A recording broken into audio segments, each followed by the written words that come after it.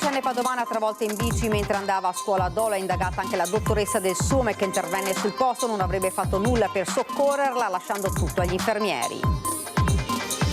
A margine della conferenza di presentazione dei nuovi dirigenti, il questore di Venezia Gaetano Bonaccorso ha affrontato il tema della sicurezza. Sullo spaccio dice: abbiamo 50 persone controllate.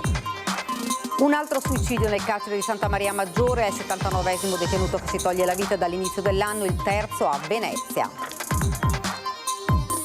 Pesca in ginocchio, perdita anche del 100% di vongolo e le cause granchio blu mucillagine. Venerdì la manifestazione a Venezia, 40 barche verso le zattere. Donald Trump stravince le elezioni e torna alla Casa Bianca. Le reazioni del mondo economico, preoccupati per il ritorno di una politica dei dazi, prodotti e mercati da ripensare. Per Fondazione Nord-Est l'Europa deve cambiare rotta. La docente del liceo Foscarini nella bufera per il post: con insulto alle frecce tricolori si difende, ce l'avevo con l'inquinamento acustico, non con le forze armate, ma la dirigenza non esclude provvedimenti. Blitz degli attivisti del laboratorio occupato Morion che hanno srotolato uno striscione sul tetto della stazione di Venezia contro il DDL sicurezza. Domenica a San Leonardo ci sarà un'assemblea regionale.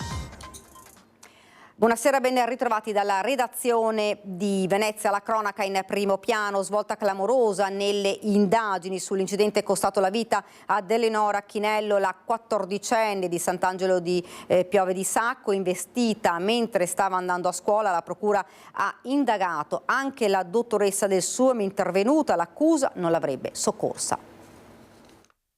Non l'ha soccorsa, non avrebbe mosso un dito per aiutarla. Oltre all'automobilista che l'ha investita, c'è un nuovo indagato per la morte della 14enne Eleonora Chinello di Sant'Angelo di Piove di Sacco ed è la dottoressa del SUME che è arrivata sul luogo dell'incidente lunedì 28 ottobre. A prestare le prime cure alla studentessa dell'Istituto Lazzari di Dolo sono stati gli infermieri dell'ambulanza. A denunciare la grave omissione della dottoressa è stata la stessa autorità sanitaria dell'ospedale di Piove di Sacco. La donna, 62enne, residente nel Casertano, per ragioni che dovranno essere chiarite dall'inchiesta, al suo arrivo sul luogo dell'incidente si è come bloccata e si sarebbe rifiutata di attuare qualsiasi operazione e manovra di soccorso sulla 14enne, a cui hanno dovuto poi pensare gli infermieri, che poi hanno ovviamente denunciato il fatto ai superiori, facendo scattare la segnalazione alla procura. Il pubblico ministero ha così dovuto disporre l'autopsia sul corpo di Leonora per accertare se la condotta del medico abbia influito sul decesso della 14enne, morta poche ore dopo in ospedale a Padova. La famiglia, in merito a quanto emerso come ultime notizie, non si è voluta esprimere nel dettaglio perché ovviamente è enorme lo sconforto e il dolore che li pervade in questi giorni. E l'unica cosa che si sono limitati a dire è che spetterà appunto all'autorità giudiziaria far luce su quanto purtroppo accaduto, sia sul comportamento di questo sanitario che anche in merito alla dinamica effettiva del sinistro. Eleonora quella mattina era uscita di casa in bicicletta e stava andando a prendere l'autobus per andare a scuola a Dolo. È stata investita da un'auto guidata da un 34enne di Campolongo Maggiore. Il magistrato ha anche disposto un accertamento tecnico con consulenza cinematica per stabilire l'esatta dinamica dell'incidente, che verrà eseguita venerdì. L'autopsia sul corpo di Eleonora, che si sta eseguendo in queste ore, ha fatto nuovamente slittare la data dei funerali. A margine della conferenza di presentazione dei nuovi dirigenti, il questore di Venezia Gaetano Bonaccorso ha affrontato il tema della sicurezza in città. Abbiamo calcolato una cinquantina di persone che denotano livelli di pericolosità sociale che vanno sicuramente contrastati, e questo peraltro stiamo facendo. Il questore di Venezia Gaetano Bonaccorso, a margine della presentazione dei nuovi funzionari in questura, ha affrontato anche la questione spaccio a Venezia e terraferma. Ovviamente vanno individuate le caratteristiche di questa criminalità, che sono caratteristiche di quantità criminale, di individualità e di grande mobilità sul territorio. L'elemento della mobilità comporta evidentemente una sostituzione e un rinnovamento delle presenze, che richiede quindi conseguentemente un'attività di analisi costante e un'azione di prevenzione e di repressione costante nei confronti anche dei nuovi ingressi. Il lavoro della questura, numeri alla mano, dice, è costante. I dati danno un indicatore di un numero di arresti importanti, peraltro danno indicatori di un'attività importante che evidentemente non si misura solo negli arresti ma anche nelle misure di prevenzione che sono state adottate dalla Questura. Anche i numeri dei soggetti identificati sono cresciuti significativamente. E sulle recenti risse a Mestre e Altobello, Bonaccorso commenta. Queste tensioni vanno monitorate con molta attenzione. Veda, la presenza di talune etnie viene in alcuni periodi storici alimentata da nuovi ingressi e nuovi ingressi possono determinare anche alterazioni, per cui è un'attività che va verificata, che va seguita con molta attenzione, partendo dalle identificazioni dei soggetti che sono coinvolti. Intanto Eugenio Masino ha preso la guida della squadra mobile al posto di Giorgio Di Munno. Elena Iolanda Ceri è invece la nuova dirigente della Polizia Amministrativa e Sociale, mentre Paola Tozzi ha assunto il ruolo di portavoce del Questore e capo di gabinetto. Oltre 5 nuovi commissari e 3 che hanno cambiato funzione. Un altro suicidio nel carcere di Santa Maria Maggiore a Venezia, il 79esimo detenuto che si toglie la vita dall'inizio dell'anno, il terzo a Venezia. Un 41enne di origine marocchina detenuto da aprile nel carcere di Santa Maria Maggiore con l'accusa di rapina e resistenza a pubblico ufficiale si è impiccato nel bagno della sua cella con una cintura, nonostante avesse il fine pena provvisorio fissato a febbraio 2025. È il terzo suicidio a Venezia dall'inizio dell'anno. Il gesto è avvenuto in concomitanza con la visita in carcere del consigliere regionale Lorenzoni. Il 41enne, come accertato dal garante dei detenuti, non aveva dato segni di disagio che potessero far pensare alla volontà di togliersi la vita. La settimana scorsa era anche stato ascoltato dai consiglieri comunali di Venezia sulla situazione carceraria della struttura, che ospita 270 detenuti a fronte di una capienza di 159 ospiti, con 4 educatori e una carenza cronica degli agenti di polizia penitenziaria, che sono 30 in meno di quanti dovrebbero essere. Una situazione al collasso che viene denunciata da anni. Continuiamo con la cronaca, continuano le indagini sul presunto stupro in campo Cesare Battisti, ma intanto in campo San Giacometto è comparsa una scritta misteriosa. Di quella minaccia lasciata da mani ignote sui Masegne di Campo San Giacometto, a 2 passi dal ponte di Rialto, oggi si indovinano a malapena alcune lettere, ma prima di essere cancellata l'hanno vista in molti. Stupratore hai le ore contate, scritto in caratteri maiuscoli e seguito da una cifra, 1312, che nel linguaggio dei graffiti significa ACAB, All Cops Are Bastards, un epiteto contro le forze dell'ordine apparso anche sul ponte dei Frati di Campo Sant'Angelo. Il riferimento è al presunto stupro nella toilette di un locale di Campo Cesare Battisti di una turista 17enne ad opera di un militare a Venezia per il 4 novembre. Una vicenda tutta da chiarire a partire dall'identificazione della vittima, su cui indagano le forze dell'ordine. Qui di notte è il popolo, lo chiamano della movida, in realtà è il popolo dello sballo che arriva dall'alcol sicuramente, ma soprattutto dalle droghe. Qui a Rialto, come a Margherita, come a Canareggio, c'è spaccio di droga, lo sanno tutti, soprattutto alle istituzioni.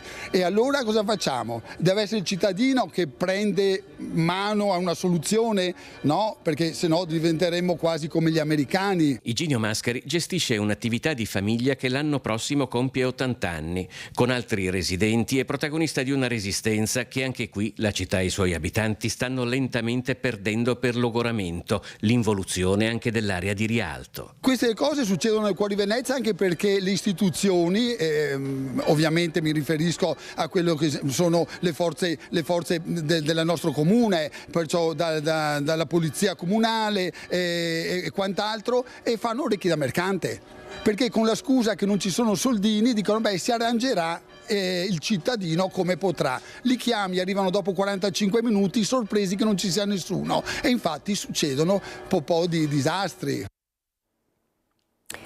Settore della pesca in ginocchio, perdite anche del 100% di vongole, le cause granchio blu e mucillagine. Venerdì indetta la manifestazione delle associazioni di categoria. tutto il litorale veneto presenta una moria di circa il 100%. Questo significa che per gli operatori da circa 15 giorni sono tecnicamente a casa. 100% di moria di vongole, circa il 60% di cozze. Sono i dati allarmanti di un settore al collasso. Granchio blu e mucillagine hanno messo in ginocchio la produzione e le colture. Noi venerdì scenderemo in piazza per sensibilizzare l'opinione pubblica sul tema della sostenibilità ambientale, produttiva ed economica di questo comparto. Alle 8 di mattina di venerdì 40 barche lasceranno gli ormeggi da Chioggia e Venezia diretti alle Zattere. Le barche rimarranno legate lì. Una delegazione incontrerà l'ammiraglio della direzione marittima di Venezia, la prefettura, alcuni esponenti della giunta regionale e del Consiglio. Cosa possiamo fare? Gli enti competenti possono sostenerci in questi piani di ricomposizione ambientale e produttiva, dove tenteremo di riseminare la vongola, di fare gli spostamenti e di fare una gestione ottimale di questa risorsa, se riuscirà a ricrearsi, se riusciranno a ricrearsi le condizioni ottimali per poterla raccogliere. Un problema che diventa emergenza dal punto di vista economico e umano. L'attenzione, secondo Legacoop Veneto, va posta anche sulle risorse che le istituzioni devono investire per far fronte ai cambiamenti climatici. L'innalzamento delle temperature ha portato la colonna d'acqua ad arrivare alla base dove ci sono le vongole a una temperatura molto calda, e quindi il sedimento, la mucillagine, crea un fenomeno di anossia, facendo di fatto morire le vongole. Tutte ragioni che portano i pescatori venerdì a manifestare. L'iniziativa promossa da Cogevo dopo la riunione con le associazioni di categoria Lega Pesca, Federcoop Pesca, AGC Agrital e Coldiretti. Chiediamo davvero una solidarietà da parte di tutti, in particolare delle istituzioni. Siamo sfiniti, siamo in una fase dove le energie mancano.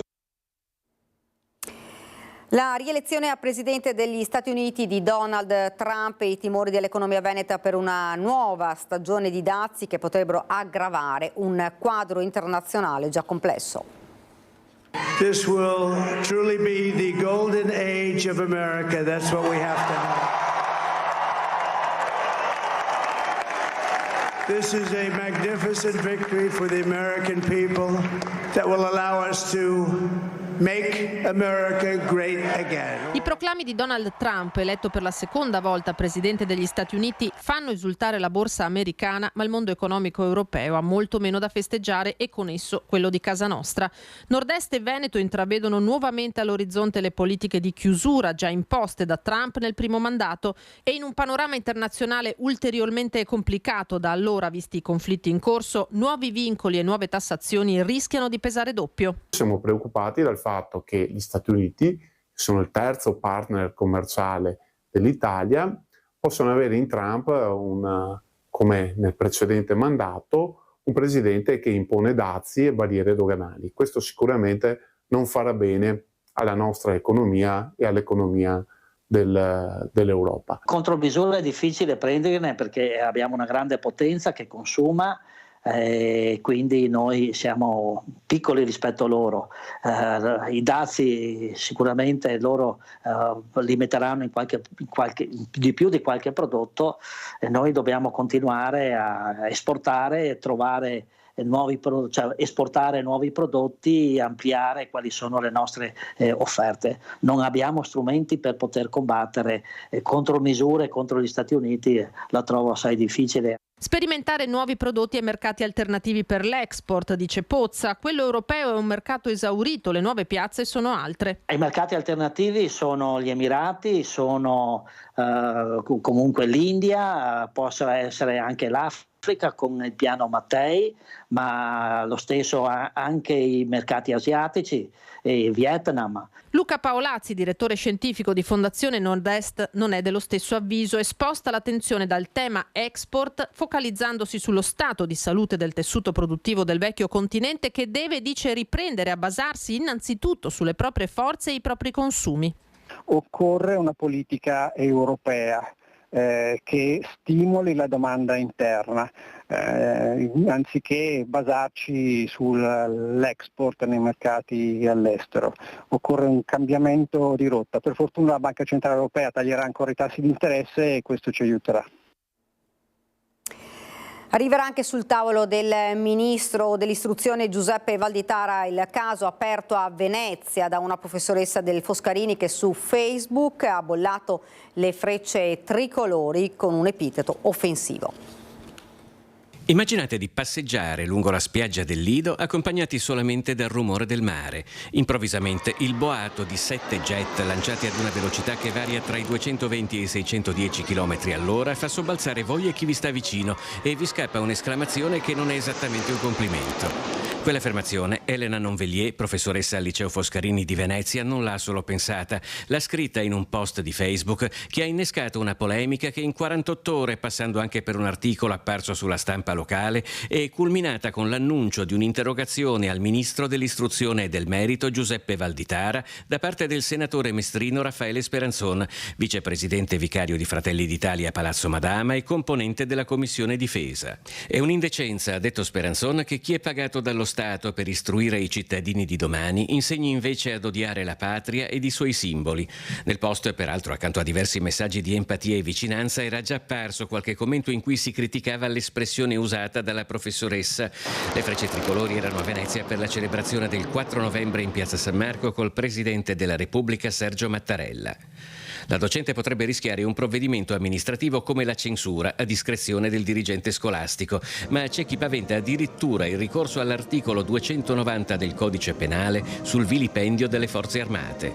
E chi ha offeso le Forze Armate ha risposto lei in un nuovo post. Ce l'ho con l'inquinamento acustico e atmosferico provocato, come i gas serra, nonché con la pericolosità non solo per persone fisiche ed edifici, ma anche per animali, specialmente volatili e uccelli migratori, per non parlare dei costi. Al di là di questo caso, a Venezia da tempo è aperto un dibattito sull'opportunità di sorvolare la città così da vicino, un dibattito rinnovato con queste immagini anche quest'anno da Venezia.com. Il prezzo delle frecce tricolori lo aveva invece chiarito lo stesso ministro della difesa Guido Crosetto l'anno scorso. Il costo di un'ora di volo si aggira sui 7.000 euro ad aereo. Blitz degli attivisti del laboratorio occupato Morion che questa mattina hanno srotolato uno striscione sul tetto della stazione Santa Lucia di Venezia contro il DDL sicurezza. Una striscionata, come l'ha definita il laboratorio occupato Morion, sul tetto della stazione Santa Lucia di Venezia, quindi affacciata sul Canal Grande, per lanciare l'assemblea regionale di domenica pomeriggio in Sala San Leonardo con tutte le realtà che negli ultimi mesi hanno organizzato iniziative contro il disegno di legge sicurezza del governo Meloni. Un appuntamento che segue altre assemblee confluite il 26 ottobre in una manifestazione di oltre 5.000 persone a Padova. Tutto questo contro il decreto sicurezza per costruire un'opposizione che sia compatta, che sia allargata e che ci parli di un'altra idea di sicurezza rispetto a quella che questo decreto sicurezza promuove. Una sicurezza che non può e non deve essere fatta di repressione, di criminalizzazione, di marginalizzazione per tutte quelle che sono le lotte sociali e le marginalità. Già fortemente attaccato anche dai sindacati che lo accusano di limitare il diritto di manifestazione, il disegno di legge sicurezza propone ricette che secondo il laboratorio Morion hanno già fallito. Non più di un mese fa il sindaco Brugnaro ha definito Venezia come un fiore all'occhiello della sicurezza, ma nuovamente non si parla di altro che di una sicurezza fatta di militarizzazione, di criminalizzazione della marginalità sociale e di l'assenza di qualsiasi intervento di welfare all'interno anche di questa città. Il ministro della Cultura Alessandro Giuli chiarisca se nella probabile nomina a prossimo sovrintendente del Teatro La Fenice di Venezia del maestro Nicola Colabianchi non ci siano questioni di opportunità che sconsiglino di procedere in questa scelta e se non si riavvisi che questa nomina potrebbe risultare totalmente avulsa dal contesto culturale veneziano e dalla storia della Fenice di questi ultimi anni. Sono domande della deputata del Partito Democratico Rachele Scarpa in un'interrogazione a risposta scritta depositata ieri alla Camera.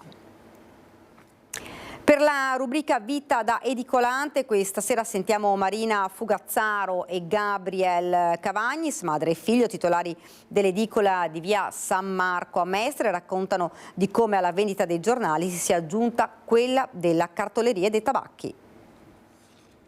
Ciao, mi chiamo Marina Fugazzaro, gestisco questa edicola da 11 anni e mezzo. Purtroppo adesso con il calo di vendita di giornali bisogna comunque aggiungere sempre qualcosa. Noi già nel negozio precedente abbiamo messo cartoleria, giocattoli, abbiamo messo poi i libri scolastici e da 1 anno e mezzo ci siamo poi trasferiti in questa location nuova con anche la tabaccheria. Abbiamo cercato di creare un futuro anche per mio figlio, che appunto vediamo che le cose bene o male vanno avanti, non si diventa ricchi, però dai, si fa il lavoro che ci piace. E chi sono i vostri clienti? Ma diciamo che noi partiamo dai bambini piccoli agli anziani di 90 anni, se parliamo di edicola purtroppo la media dei clienti sono dai 40 in su. Ragazzi giovani prendono riviste specifiche, raramente magari qualche giornale perché c'è qualche notizia che gli può interessare. E le riviste, i giornali? Molto meno, molto poche, soprattutto riviste mirate come per esempio sui giochi, su viaggi, comunque molto mirate, non quelle settimanali classiche. Cosa prendono i ragazzi e cosa prendono le ragazze delle riviste? Allora i ragazzi per esempio escono molto riviste tipo sui giochi, Dungeons and Dragons, Pokémon eccetera, eccetera. Le ragazze più per esempio Vanity Fair, tutte quelle riviste di moda specialmente o di beauty. E a te invece quale rivista piace? Vabbè, quelle di Pokémon o dei giochi specialmente. Da Venezia è davvero tutto, ora la sigla, poi le previsioni del tempo, grazie per averci seguito, arrivederci.